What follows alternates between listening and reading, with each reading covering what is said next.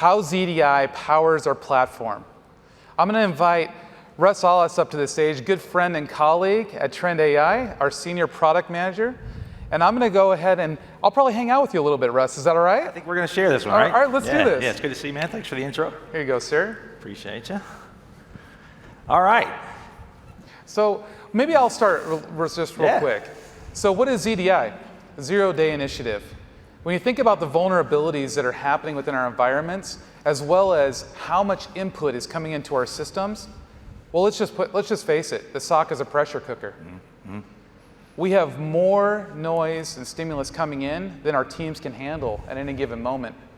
But we're going to showcase here in a moment where the TrendAI platform can help your teams out with priority and quantification of risk. Mm-hmm.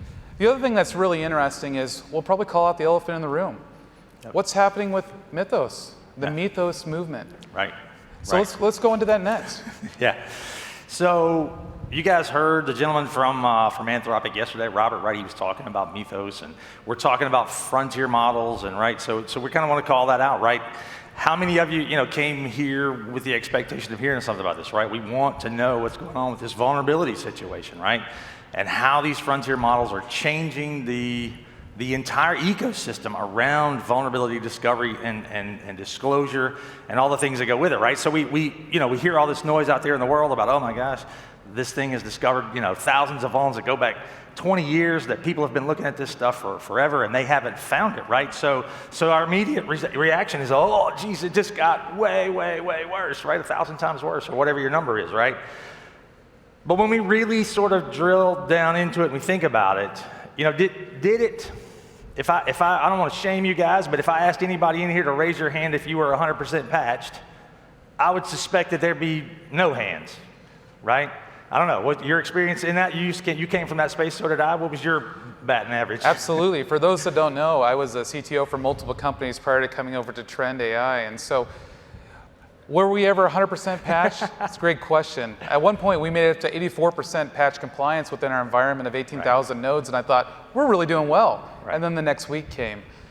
I mean, it's impossible. It's impossible for us to keep up, especially when you have more than 180 pieces of technology in your environment that you're trying to keep secure and make sure that you can keep maintained for your company. Yeah, right. So if I got a list of 3,000 things that I can't get done, and somebody adds 3,000 more things to that list, right? What are we talking about, right? This is where we really get into it. So, that's a little bit sort of tongue-in-cheek, but in reality, what we're talking about is a new world.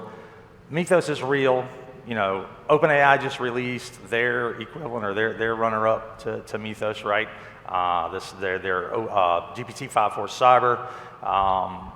Cyber. There's open source stuff that's coming along, right? So I think this notion at the bottom, right, around building a frontier AI-ready program, right? It's not about a single model or what's in the news today, right? It's literally about what we've been hearing, consistently. How is AI changing everything that we do? And I think the consistent takeaway that I've been hearing is time, right? Everything is going to start happening so much faster. We heard Bob McCardle yesterday when he was talking about a threat. He runs our threat research program. His take on this was, similar TTPs, similar exposure, similar, right? More of the same, but accelerated by AI in ways that the time is what we're losing, right? So when we think about how we're going to respond to that, like what are we going to do? How are we going to change our programs?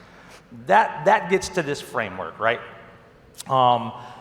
And we'll jump in there. The thing we got to remember is that vulnerabilities, while everybody's talking about the discovery of vulnerabilities, right, thousands and thousands, the other thing that, if you were listening close yesterday, what you heard Anthropic say was the models are chaining exposures and vulnerabilities together into full threat sequences, right? So they're moving laterally, they're escalating privilege, they're exploiting vulns, they're doing this whole series of actions autonomously in some cases or with a little bit of human input. So we need to understand that vulnerabilities are a problem, 100%, but they're just one type of exposure. I've got identity, you heard the gentleman just in front of me talking about 200,000 agents. how many identities does that represent, Wow. right? And are we doing a good job with managing our human identities, let alone our machine identities, right? So we need to be thinking about it. We've got missing security controls, right? We're going to hear this. We're going to take you back today to the basics, right? Because the fundamentals, the primary principles, right, they haven't changed. Good asset management. How many would raise your hand and say you've got a good, solid 100% handle on asset management, right? Do you know what's on your network? Do you know who's on your network? Do you know what software they use, right? Those are the kinds of things that we're going to talk about in terms of building this program, right? So keep that in mind. You know, just one thing to add there, Russ, is what's interesting right now is it was kind of a gut punch probably for us all when we heard about Mythos and the number of vulnerabilities that are coming out there, especially when both sides have the information now. But at the end of the day, we've always had more vulnerabilities coming into our system than we had time to patch and manage. We were talking about that just a moment ago. When you look at the list on the screen here of exposure points within your environment, the attack surface, it really has come down, at least for me, when I was seeing threats coming into the environment, a misconfiguration. Right. A well-intentioned engineer, developer, building an application, forgetting, oh my goodness, we did not put the right security policy or control on what we were doing. And I'm sure that resonates with all of you. About 98% of the time, as what we're seeing, at least in the industry, is coming down to a misconfiguration. Yeah, how many times, right? Went to the firewall guy, I needed it, can you just open 22 for me on the edge for just a week? I gotta test this thing. And he reluctantly says, yeah, okay, man, just let me know. And we don't go back and close the hole, right? Like it's those kinds of things, right? Good intentions, trying to do stuff. We end up with these exposures. So how are we gonna do this, right? What's really come forward in the last several months really is this, what we're calling, what Gartner calls CTEM, this cyber threat and exposure management framework, right? This is a really, really effective way to structure a program to address these exposures and threats and vulnerabilities, right? In a prioritized way that allows you to focus on first things first, right? I think that's one of the things that Brent was going to call out. Vision 1 is the vehicle to help you operationalize this framework, right? And so you notice the primary aspect of this is scoping, right? We have to understand what is meaningful in my environment, right?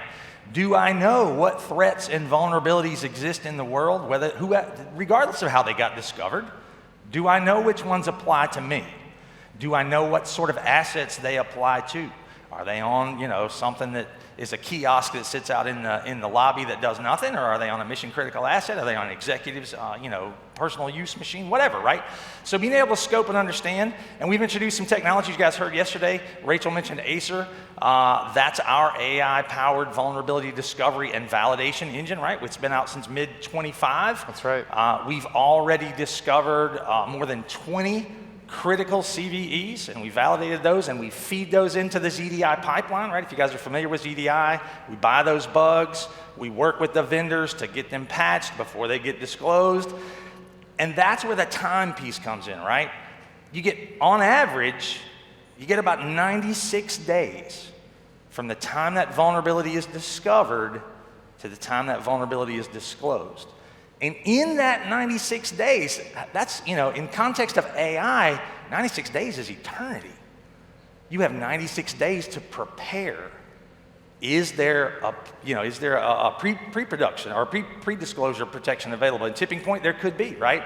What are the other compensating controls you might apply to it, right? So that's a big part of this, right? I'm probably getting ahead of myself.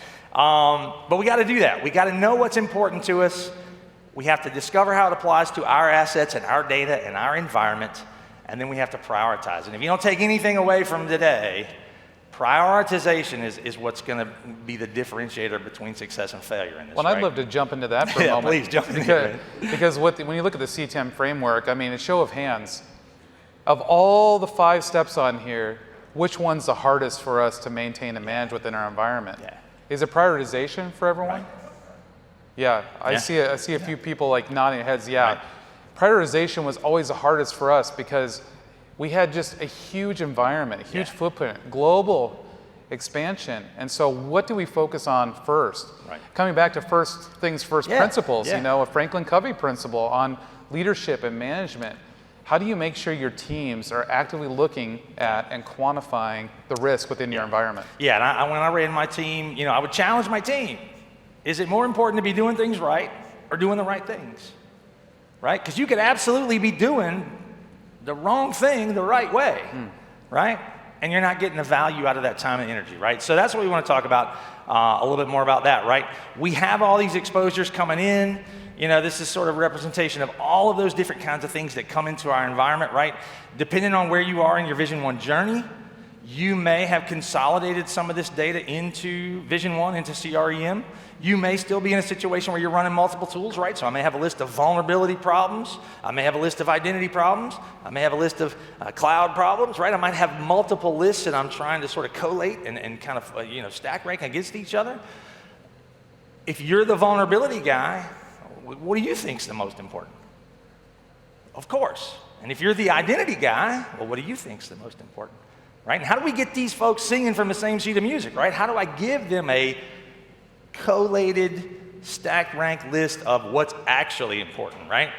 Again, to fix the right thing first. And hopefully, this is near and dear to everyone's heart who's got Vision 1 in this room, right?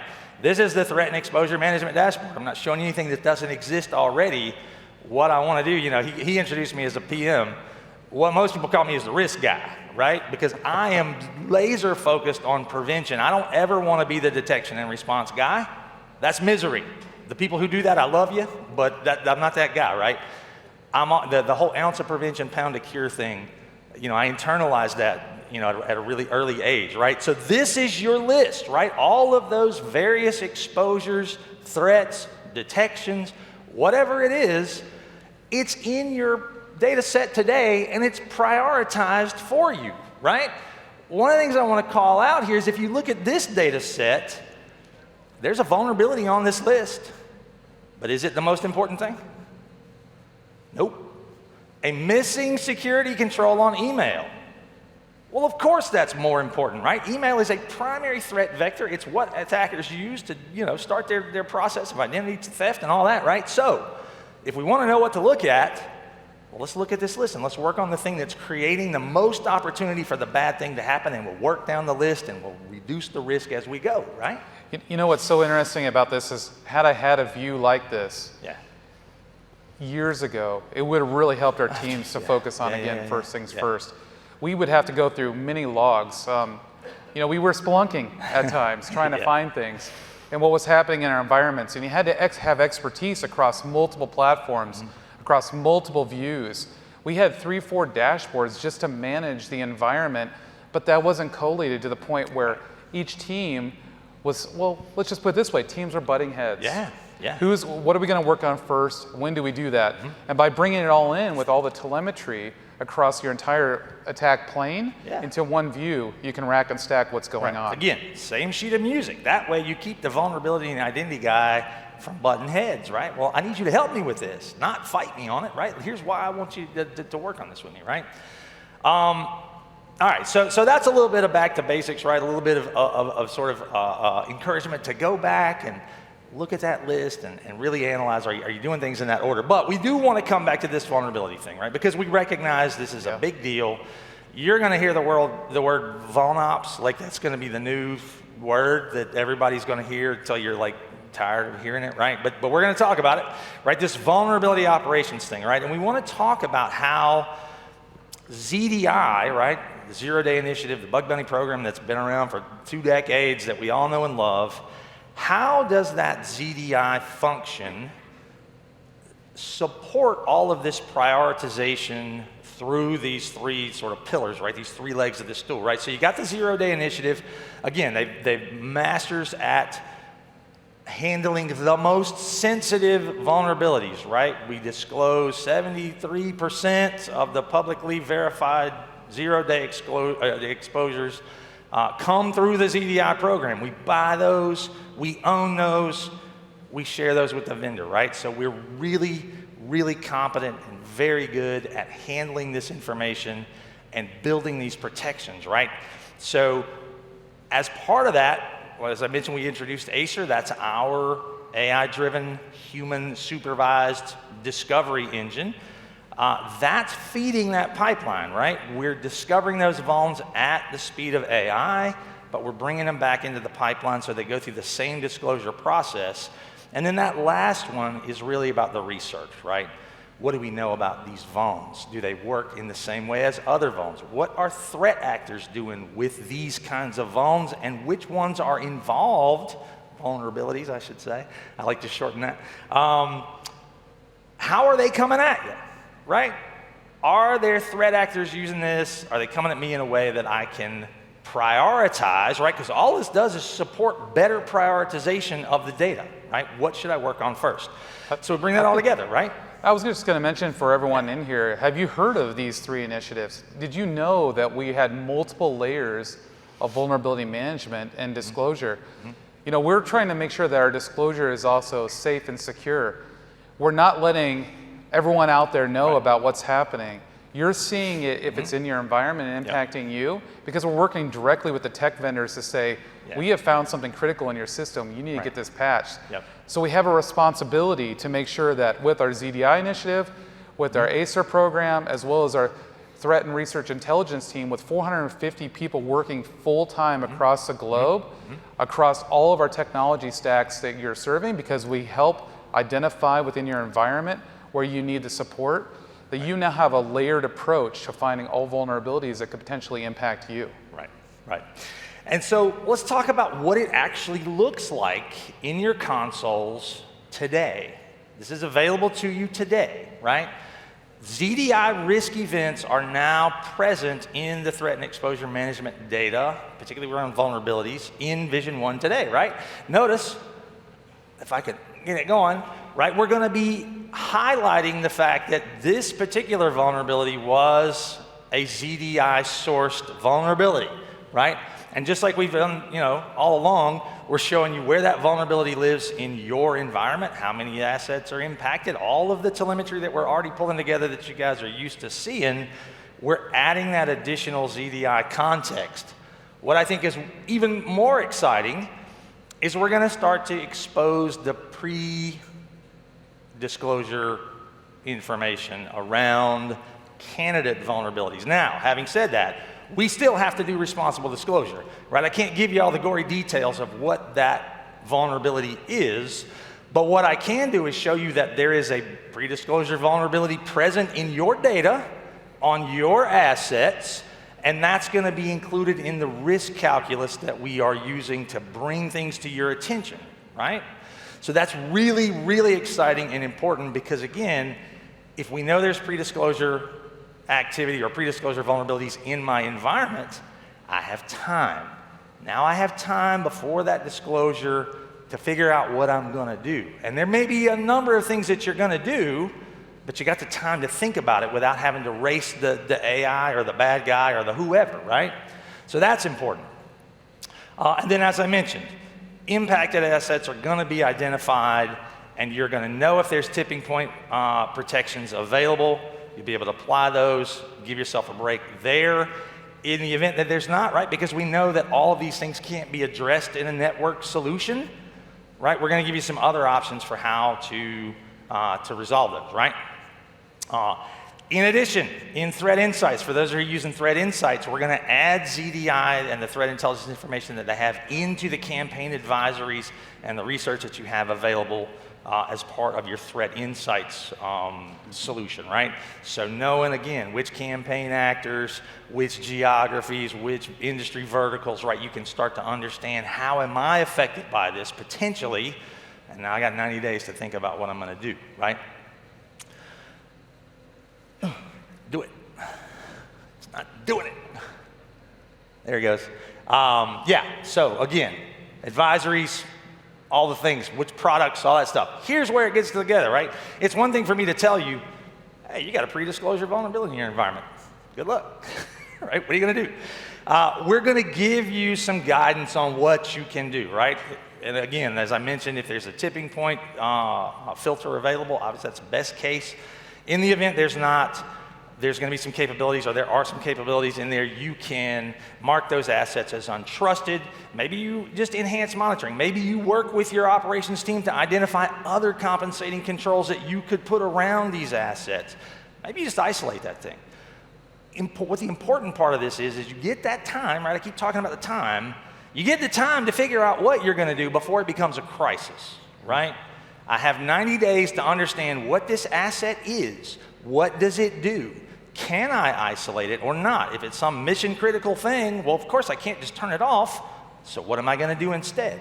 You can have these conversations while there's time to react instead of, when your hair's on fire. Well, let's talk about that next. Let's talk about next steps. Yeah, right. So takeaways. Really 4 takeaways that I want to make sure everyone leaves the room with, because these are actions that you can deploy in your environment with your teams.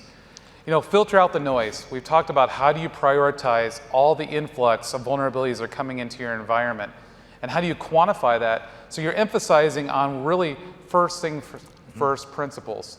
Always focus on your asset management and your attack surface visibility first. When you're looking at our Vision 1 risk management platform, what you end up seeing is that racked and stacked prioritization lists, so you can work with your teams to focus on first, and talk to whether it's your CISO, your CTO, your board, so that they know, okay, this is how I'm going to quantify that we're working on the right things. Right. Prioritization. What is the exploitability? What is the business impact? Not everything that hits a list, especially when you're thinking about the vulnerability scanning tools that are out there today from an AI perspective, is something we have to work on, right? It might not impact our business. So where does it fall within your industry, and is it something that's even discoverable based on your current security posture and controls? Right. And then know your mitigation options. Really making sure that you have that competent governance control framework in place, and working with your teams to say, am I ready in the event that something should happen? Making sure you're doing your playbooks, your tabletop exercises like we did yesterday. Making sure that you're prepared for if something does get into your environment. Now, Russ and I will be here throughout the rest of the week, and also all throughout the evening tonight. Feel free to come up to us if you have any questions. Yep. Thank you for the time today. Well done, Russ. Hope this was helpful. Thanks, everyone.